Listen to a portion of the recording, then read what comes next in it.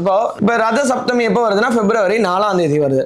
இந்த 4ஆம் தேதி என்ன பண்ணணும்னா அந்த நாள் முழுக்க நமக்கு டைம் இருக்கு. ஸோ இந்த நேரம் தான் குளிக்கணும், அந்த நேரம் குளிக்கணும்ன்ற அவசியம் கிடையாது. எருக்க இலைய 3ஆம் தேதி நைட் வந்து எருக்க இலைய என்ன பண்ணணும்னா ஒரு 7 இலைகள் இல்லைன்னா வந்து பார்த்தீங்கன்னா 9 இலைகளை பிச்சு வைக்கணும் ஒரு ஆளுக்கு.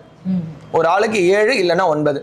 பிரிக்கும் பொழுது நம்ம கத்திரிக்கோளை நிறைய பேர் என்ன பண்ணுவாங்கன்னா எருக்க இலையை பிடிச்சிட்டு இப்படி கத்திரிக்கோளை கட் பண்ணுவாங்க. அந்த மாதிரி கட் பண்ணக்கூடாது, கைகளாலேயே பிரிக்கணும்.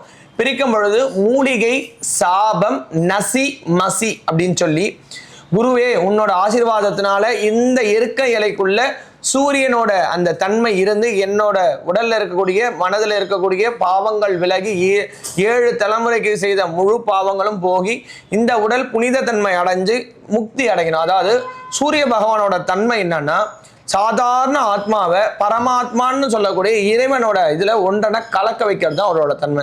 அதுக்கு எது பயனுள்ளதா இருக்குன்னா இந்த எருக்கம் இலை தான் பயனுள்ளதா இருக்கு.